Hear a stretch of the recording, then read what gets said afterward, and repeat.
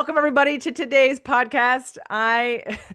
I'm excited to have this conversation with Jeanne Peters, who is back. She's been on the show a million times, literally since 2014. Just type in Jeanne Peters and you will see a lot of different entries from videos and cooking videos to all things hormonal and wellness and nutrition. We actually, what's funny, have been recording without really recording. So we are warmed up and ready to go Yes, for this, take two of the show on detoxification. So if we've we seem already amped up, that's why we're going to it, come back down. we're gonna Change come it. back down and talk about, but hey, we're practiced now, so we All right. so we can streamline this conversation. Gotcha. So I've asked Jeanne to come on the show because we were talking about I've noticed that people are dealing with issues of aging, issues of environmental and food and air and product, complications, if you will, where as we get older, we're already dealing with other things, breakdown of hormones and not having enough and gut issues. And, we're just overloaded with life.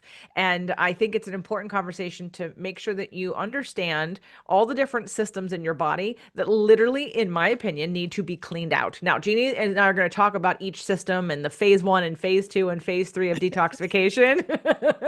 But, and I'll throw in a couple stories of why, what we're doing here and why I'm having this conversation with her. But also, I just want you to, whether it's something that you do specifically, and I'm of the recommendation that I would love everyone to assess your own health and where are you with this system. And if you need help, obviously you can work with Jeanne or anyone else that you're currently working with, just to look at what are the symptoms that I'm having and how has my lifestyle gone, and can I get tested, which Jeanne can tell you all about the different kinds of tests you can take for heavy metals, for gut stuff, for parasites. And then just to decide that, just like you clean up the lint trap in your dryer or the pipes in your house or the pipes in your yard or all these different systems and machines that we have, the drain. Oh my God, the drain. If you have a Yeah, drain and you unclog it, it works so much better. Well, your body has a buildup. that's a great Everybody's one. does. Yeah. Yeah, that's a great analogy. So let's spend some time. If you care about your health and you care about your aging and you care about your systems working optimally, I think detoxification is a no-brainer, and it's a deal breaker. Like detoxification is a deal breaker. I don't think you can be healthy in this environment, in this climate, in this world, living like a normal person who, doesn't who, has some fun and celebrates and eats weird things sometimes or that travels. I don't think you can be optimal without actually spending time on your detoxification and making sure that stays there. So, welcome back to the show, Jeanne, for the third Thank time you, today. Jean.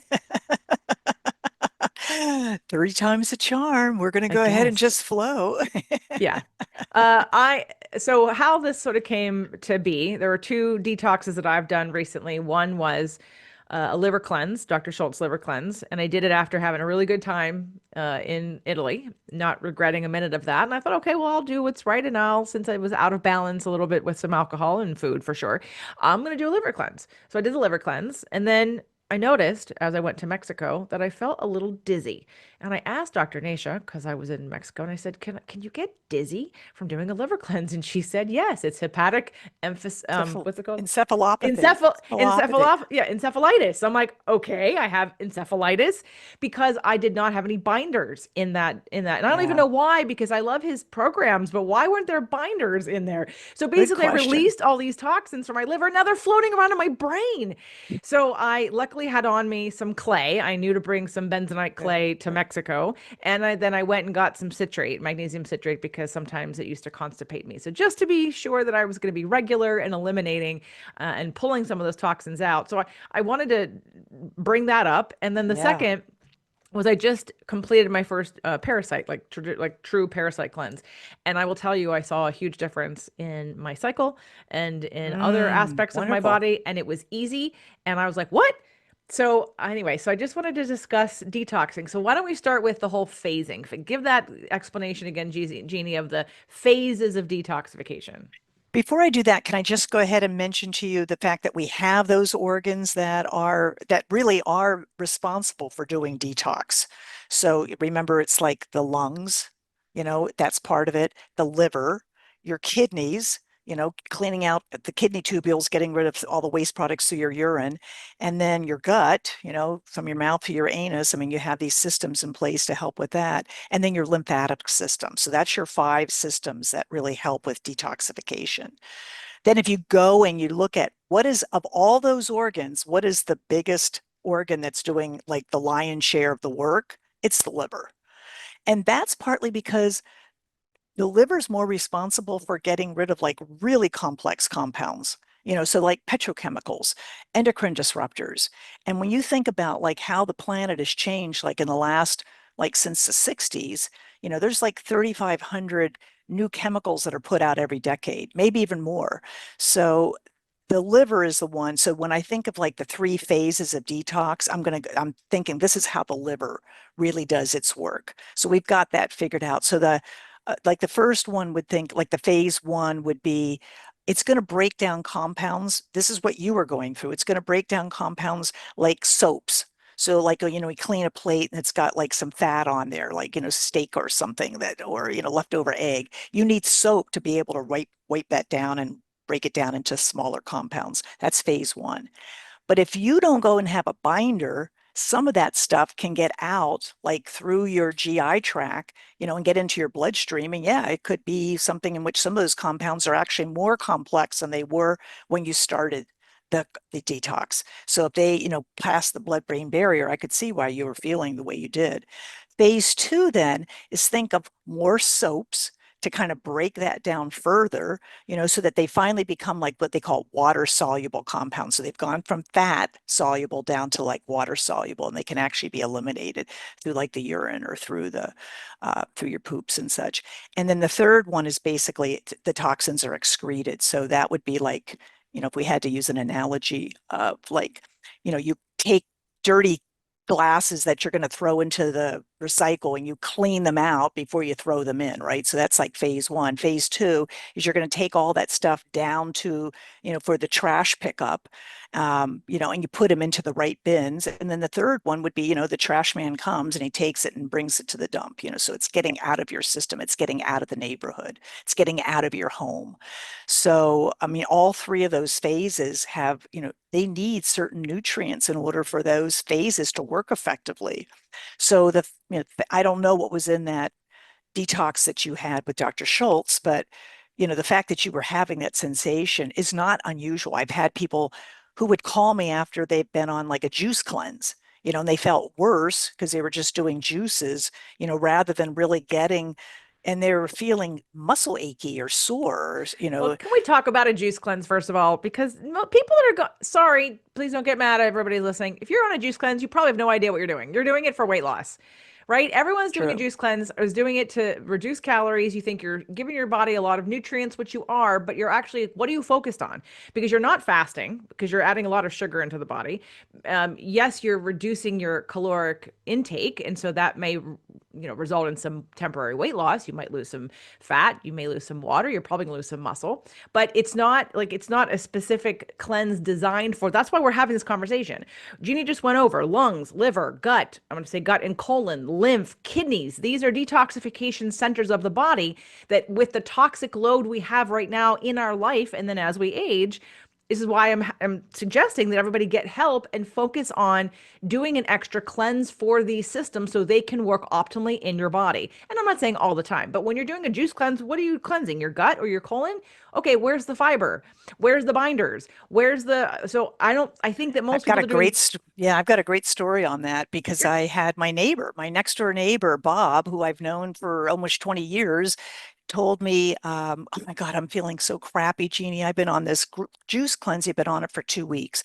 Okay, he has a huge gut. He was a former vet and was in Vietnam. And he felt like horrible and he was having like some nervous tics. So when he told me what he was taking, he was consuming about 400 calories a day in juices.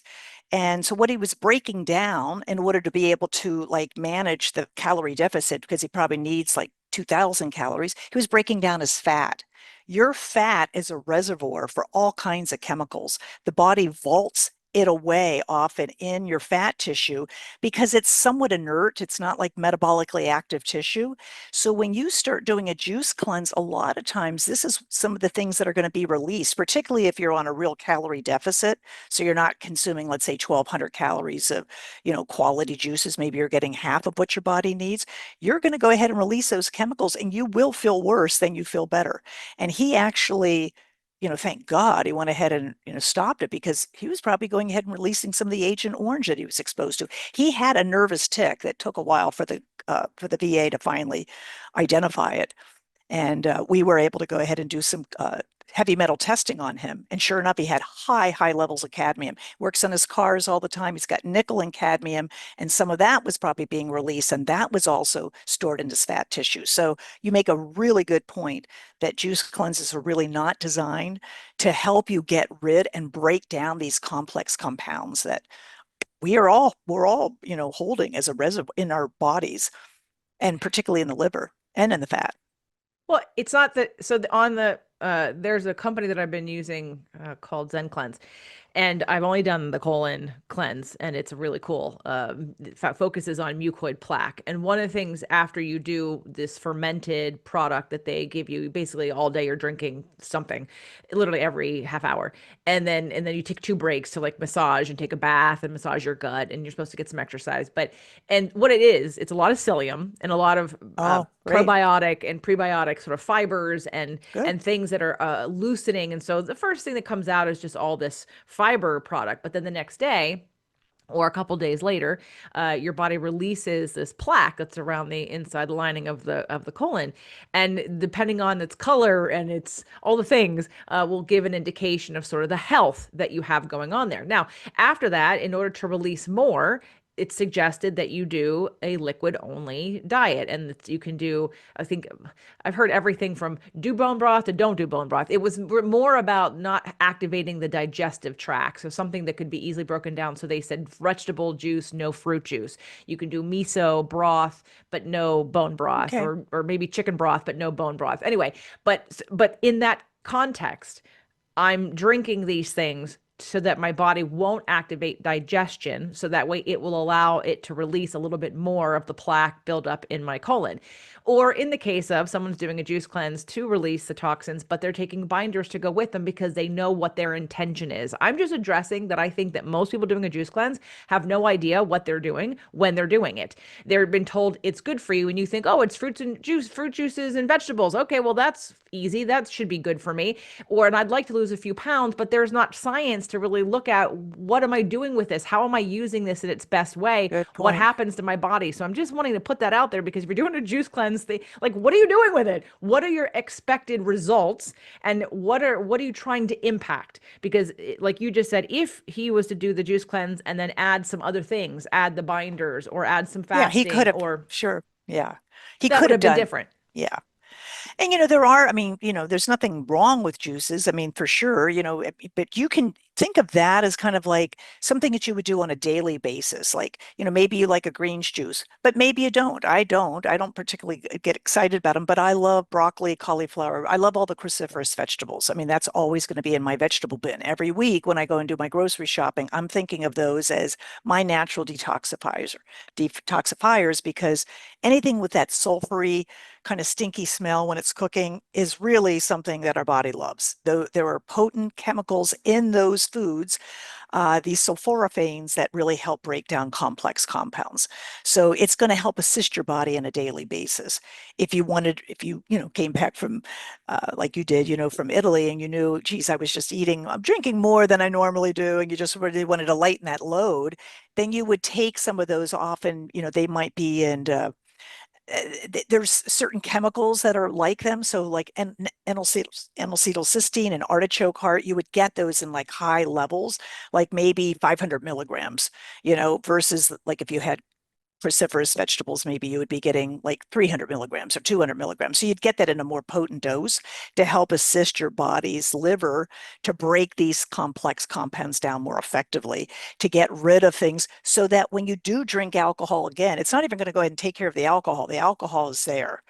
I mean, the alcohol, the acetaldehydes that are compounds that we find in alcohol, maybe those get worked out, but really you're trying to get rid of some of the other complex things that are just sort of lodged in your liver. So it's almost like you're lightening your load. You're pulling stuff out, of your backpack so you feel lighter.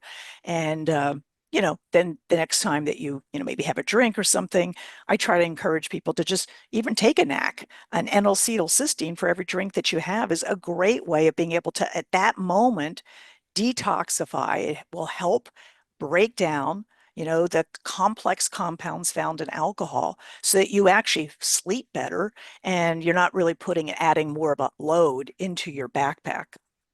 So Last week I took my neighbor to tea for her birthday. It was a belated I saw birthday. the pictures. I And loved her it. and her well, you got to come up. Zena does a great does a great gluten-free Looked tea. amazing, Yeah. amazing.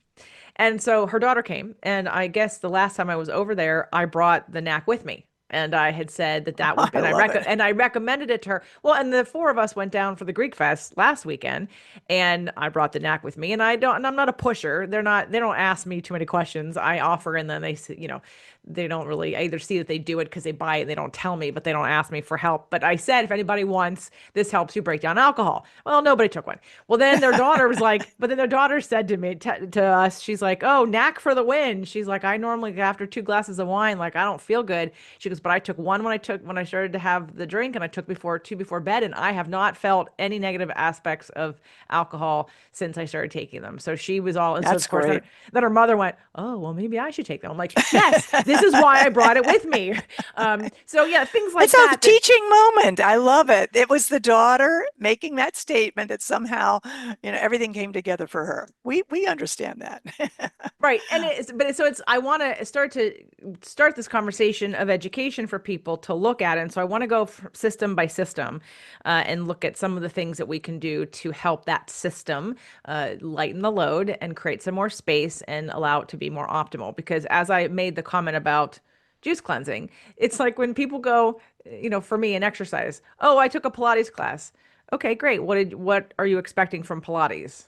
Weight loss. Yeah, that's probably not going to happen in Pilates, right? Or I'm going to build muscle. No, probably not going to No, happen not, in not, Pilates. no. Right? But so in the exercise world, it's called the SAID principle, SAID, specific adaptation for imposed demands. It means you're not going to lift up bicep and do bicep curls and expect to get quads. Just not going to happen. You're not going to do bicep curls and expect to get abs, right? So let's be more mindful and educated about the things that we're choosing to do and ask a couple more questions so we know what is it the other thing that I started to add, and this is also another reason why we're having this conversation, is that last year, and I'm going to do it again soon, I did about a 60-day huge cleanse, all the systems.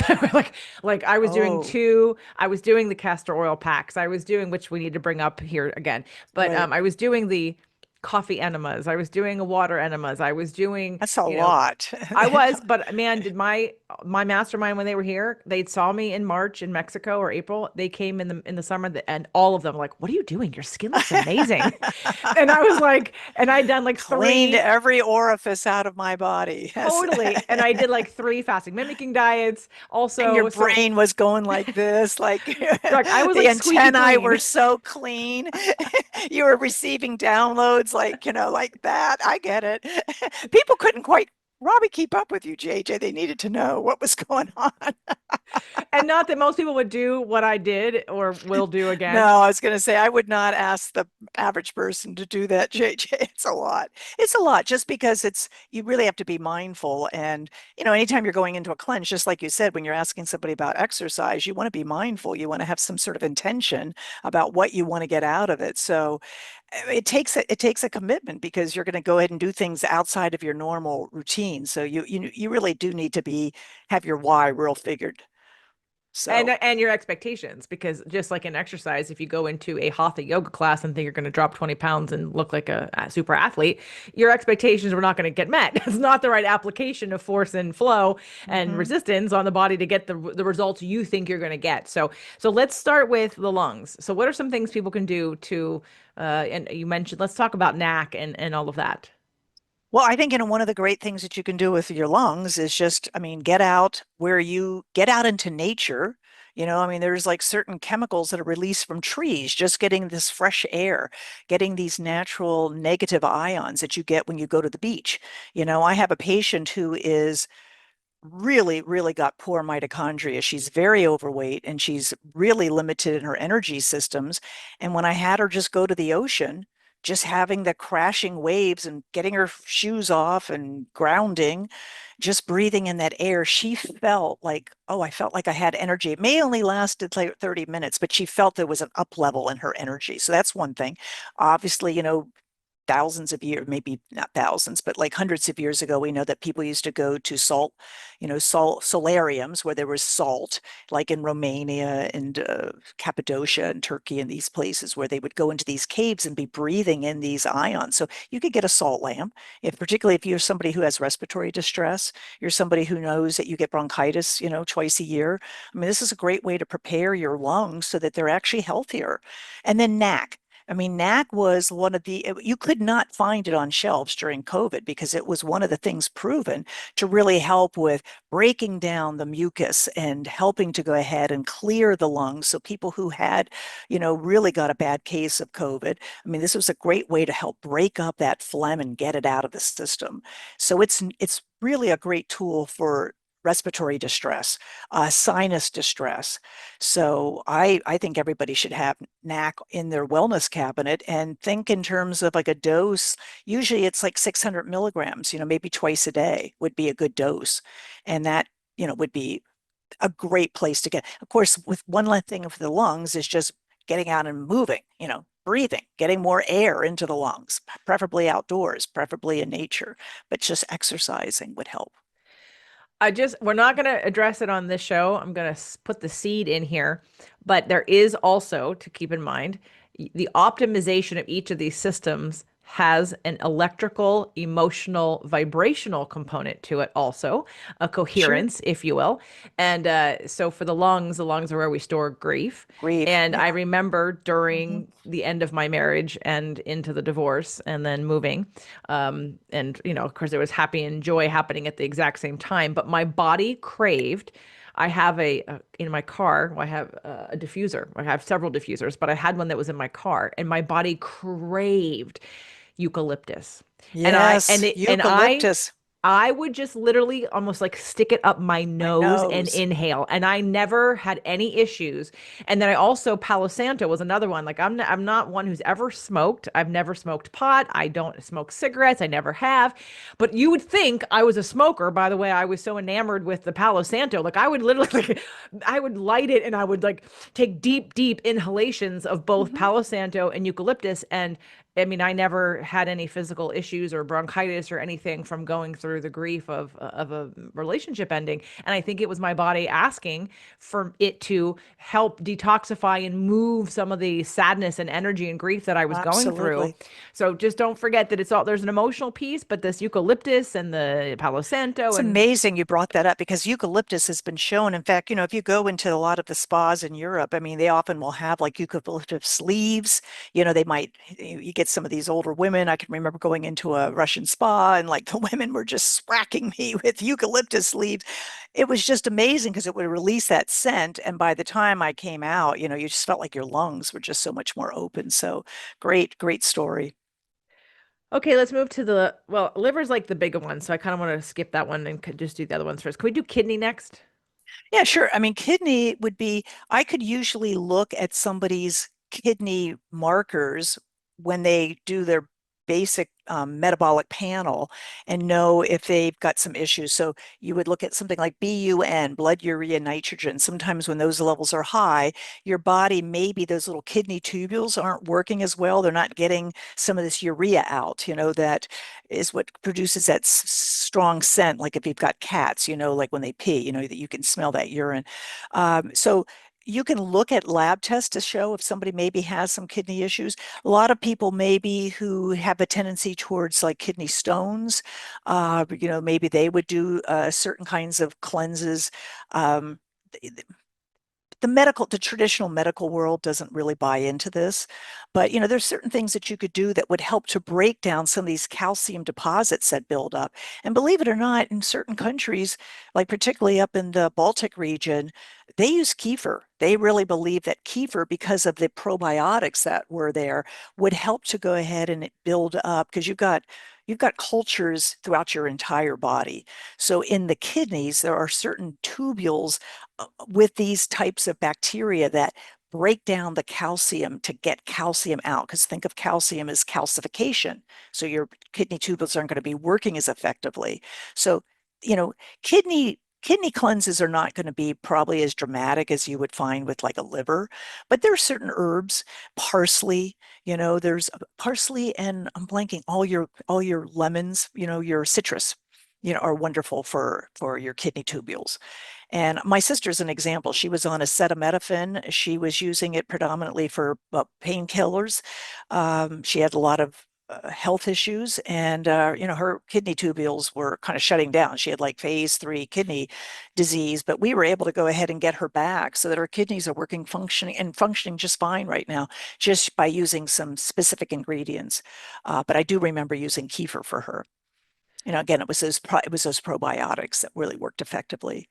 Well, kidneys to me, especially as we get older, how many people are on several medications? I mean, the kidneys I feel like are going to get hammered over, depending on how many medications you're on, that it needs to be looked at, that there's going to be some stress there if you're Probably trying more to. for the liver, to be honest. But yes, Okay. acetaminophen definitely can cause kidney issues. And, a lot of people are on, even aspirins and, just, but yes, that particularly was her problem. She was doing it. She was using way too much of it. So thank God she didn't get a gut issue, because also acetaminophen can cause, like your gut wall to basically open up and have like holes that are cause leaky gut, but also ulcers.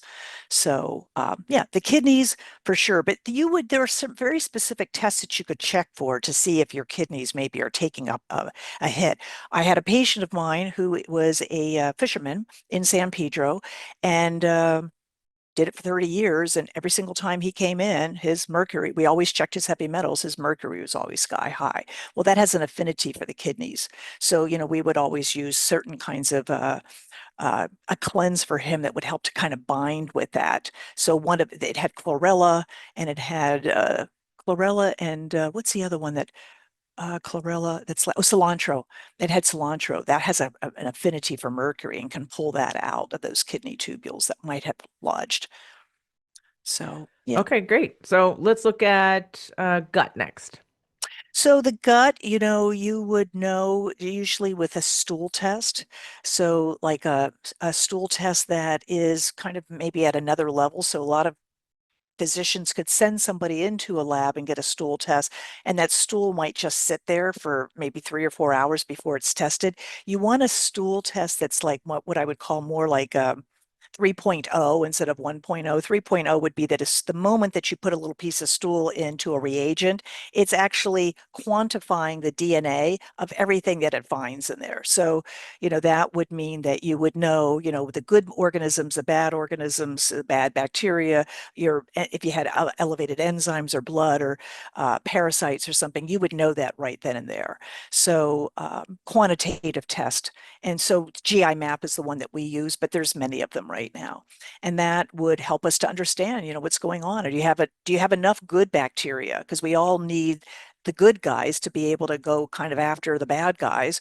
Do you have, maybe an excessive amount of the bad guys, and they've made their way into your small intestine, so it's causing something like SIBO and leading to, people who would have maybe more diarrhea, constipation, bloating.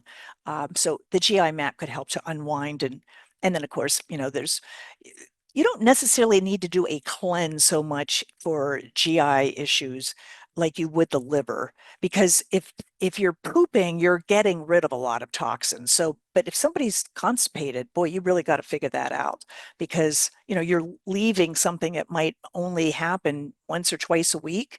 You're going to have like a buildup, and you're going to have having more bloating and feeling really uncomfortable, and your nervous system is going to feel it as well. I know it's not something that most people are going to be willing to do, but I'm a huge fan of the coffee enema, um, Sure. especially for, with for the liver and bile That's more the and colon. So yeah, you're getting the coffee is going to be working more on the colon level. Yeah. uh, so coffee enema or regular enemas, especially when you're changing your diet or you're doing something that might constipate you, it definitely can help sort of move things through. Good. All right, so let's now, is there anything for lymph? Oh, anything that you can do in which you're moving it. Like I jump on a trampoline, just that jumping, that rhythm, it's helping to move that. So the lymph can get sluggish. It's think of it as like, you try to blow your nose sometimes, and some people can just get like phlegm out right away. But if it's stuck, that's kind of like lymph. You want to go ahead and break it up. So anything that you could do, which you're tapping, I do that when I'm in the shower. I'll just tap on my body, but you could also go ahead and get a brush. So you're brushing towards your heart from starting at the bottom of your ankles all the way up. um, yeah, but anything in which you're getting like rhythmic movement, jumping rope, getting into rhythm, walking would really help the lymph. And I think that's like a detox system that a lot of people aren't probably aware of. But I know in this particular patient that I mentioned to you, I prescribed for her to go out and walk. She's now got the trampoline. She can only do it for about 3 minutes because she gets fatigued, but she'll build up. She'll build up. But that's a great way for her because I really sense that her system has got stuckness. And so think of lymph. You're trying to break up that stuckness that's in your body to help move again, another channel for getting rid of um, you know, waste products. I'm also a big fan of lymphatic massage. I was doing them about once a month for a long time. So they're, Just prescribed it for her. Yes. yeah, Finding somebody that actually has the ability to do that is really important. I have two. I have two or three up here actually, and they're all very good. Yeah. And one actually now Yeah. comes to my house. Yeah, I've got one here in LA, Lonnie. She's great. Found out about her team. So she's got somebody who's certified in lymphatic massage because it's not typical. Right. It's not, it tends to be much lighter, Yes, and very but it's specific in the specific. motions And and the where. right, right. Yep. No, it's very, and it's Good. actually quite relaxing. I've noticed that if I have like a physical pain or something, like it's good for inflammation too. Like if you, it's something in the gym, like my shoulder's off, or it's, we can move that inflammation out with some lymphatic massage, more so Ah, than a great. regular deep tissue massage. Oh, this is so great. I'm so glad you're getting all this stuff out, JJ, because it helps to get it all kind of pulled together as like, we're trying to help support these systems, Right. so that people feel like they can reclaim a certain amount of power over their body, when you think of each one of how these systems work for you. Yeah. Let's end with the liver and then the recommendations for testing and some of the daily things. I mean, I know we've mentioned it. So the sweating and the fresh air and nature and dry brushing and sauna and Epsom salt baths. I think we mentioned that before we started re-recording again. And then castor oil packs and NAC and movement. And but let's go for liver and then we'll do some other recommendations. Well, the liver is the workhorse. So it's actually, it's an organ that can be regenerate. It can actually regenerate itself, provided that we go ahead and take good care of it. So it's an amazing organ, but it's basically, there's like 400 different processes that happen with the liver every day. So anything that we can do on a daily basis to help support it would be things like, drinking, having bitter greens, getting cruciferous vegetables every day, getting making sure that you're getting uh, some kind of I was just going to say some of the, oh God, it's bitters. That's what I was trying to think of, the word bitters, because you showed it when we were doing our first round. Those bitters are great because they actually help to support possibly giving you more, they stimulate your body's ability to release your enzymes. So, breaking down your carbohydrates and your fats and your proteins, and so that your body has got a little bit more. So think of those bitters could be an important ingredient for some of your clients that are listening who maybe suffer from bloating, after a meal, and they just feel like, God, or maybe food just feels like it just sits here. It's not working its way down. So those bitters can be helpful with the different levels of digestion that happen both in the stomach, then in the small intestine, and then finally in the colon. But the liver needs to have those chemicals that are, those enzymes that are available to be able to work that. And then I think like I would just say again, a milk thistle. I had a patient of mine last week who had elevated liver enzymes. So SPT, ALT and AST and STOP. These are three different enzymes that would indicate for me this guy was drinking too much. I mean, his liver enzymes were quite elevated, and he was drinking too much. Well, thankfully, there are compounds like milk thistle that are amazing that can be taken every time you have a drink, just like you could take an N-acetylcysteine. You could also take milk thistle. Sometimes you'll find both of them, like in a combo. Uh, but milk thistle is an amazing plant for helping, again, to regenerate the tissue, particularly if there's damage. The other thing that this guy was drinking was Arizona green teas, which, if you ever took a look at it, it's like 38 grams of Sugar, sugar, sugar. sugar, sugar, Yeah, sugar. it's like, Jeff, you can't do that anymore. You cannot, I mean, you cannot drink that anymore because that's really causing all this fructose. So fructose, is actually such a toxin. And yet, so many kids and, adults are, consuming things that have fructose in it. So fructose, but the body can't handle it. So it actually can cause, think of it as like hardening in the liver. But milk thistle has this ability to kind of break that down. Same with burdock root. That is another one. It will help to regenerate the liver. So thank God Mother Nature, has these compounds that are available to help us heal. Absolutely. All right. So we didn't even get to some of the metal things. So, in terms It's all of, right. well, let's talk about just getting tested. I'm a fan of if you know you have an issue with some part of you, or maybe you don't know. Like one of the reasons why I want to do this is because I know people who are having eye issues but don't realize that sometimes the eye is also affected by the liver.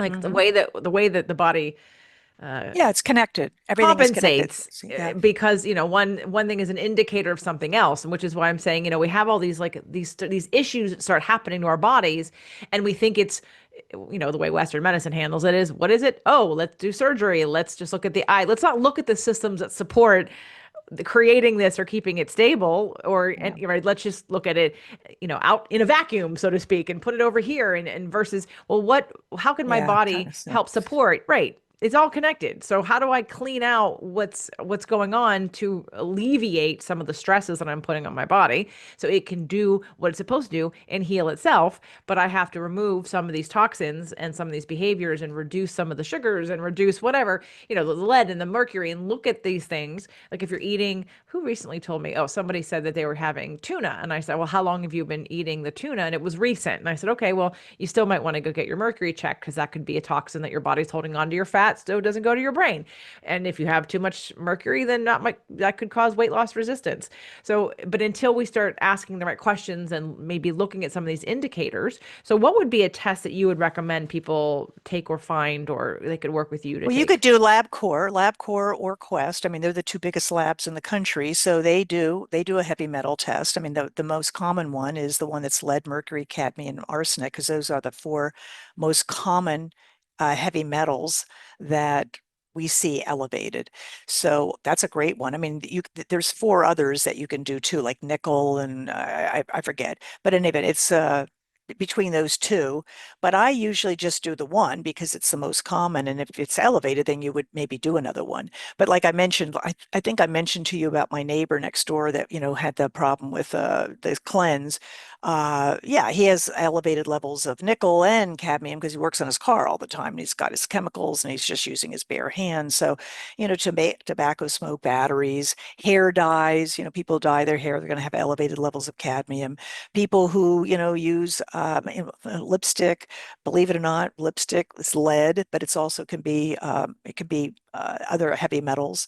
So, if you're somebody that uses a lot of body care products, yeah, you could have heavy metals, but I think, I just think it's worth it. It's just worth it to go find out. Like our patient that actually was a fisherman. I mean, he eats fish every single day. Well, I mean, the waters are not that clean. So he was getting a ton of mercury. Um, Arsenic, people who consume a lot of rice, groundwater, up in maybe like more in the central coast, we have a lot of arsenic in the groundwater. So people who are, maybe eating fruits and vegetables from that region would be more prone to have arsenic. Pesticides, people who live in, growing regions. I used to live in Santa Cruz, but down in I'm thinking of, it doesn't matter, but there was a couple of areas that we would drive through that, you're getting a ton of traditional pesticides and herbicides that are being flown over. So you're breathing that. So the highest level of breast cancer and prostate cancer in the country is in Watsonville. That's where the vegetable capital of the world is. And those people that are picking those vegetables and fruits have very, very high rates of prostate cancer and breast cancer because they're holding and hosting all those chemicals in the body. What are some of the most I mean, now, could they use everything we've talked about today to help move some of those metals Oh, and yeah. chemicals out? Oh, yeah. Okay. Okay. Oh, yeah, for I sure. didn't know if there was a favorite binder or a favorite, product that you might have that anyone could benefit It's from using. amazing. Like chlorella is amazing for cadmium excretion of mercury. I mean, chlorella is amazing. So and that's such an easy thing to consume. You can have a couple of chlorella tabs like every single day. You could be doing a little detox. Um, Glycine. There's a couple things. Garlic is great with lead. Trying to think of some of the others. Alpha lipoic acid. I try not to get people too overwhelmed. I'd rather have them start off with food first, JJ, and getting more fibers, and then maybe something simple like chlorella is just amazing. And like just like how, and you certainly have a brand that that you like that's very good, very potent. Yeah, I just wanted to make sure I wasn't, in case someone's asking that, like, okay, what would you recommend for that? And we've kind of already covered it. And I agree with you, Yeah, keeping it simple. And I want everyone to get the Environmental Working working Group group. app. So can you talk about that? Because we just came back from a family thing, and and all of you using your cleaning products with dye in them. I'm like, why is the laundry detergent blue? Why are we using blue? Anyway, so please type in, test your products and see how Well, bad and just how. yeah, so it's ewg.org. So Environmental Working Group, just so you know a little bit about them. I mean, they've been around for 40 years.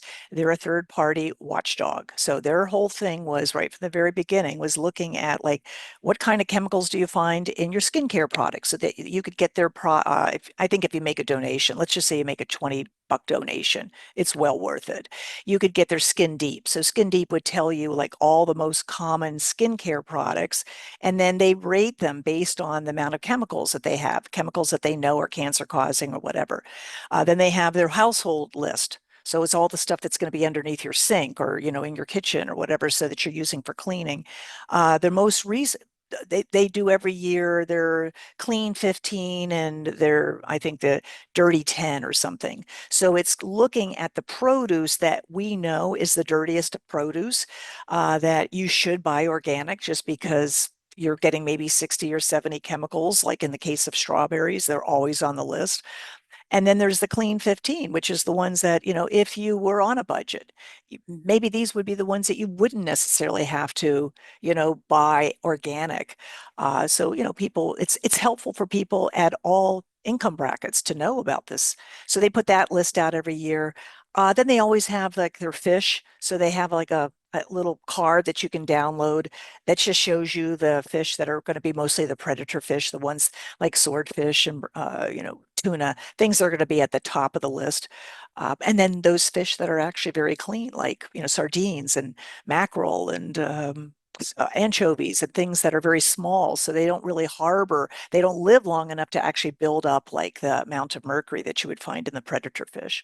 I think it's a great company. I love supporting them.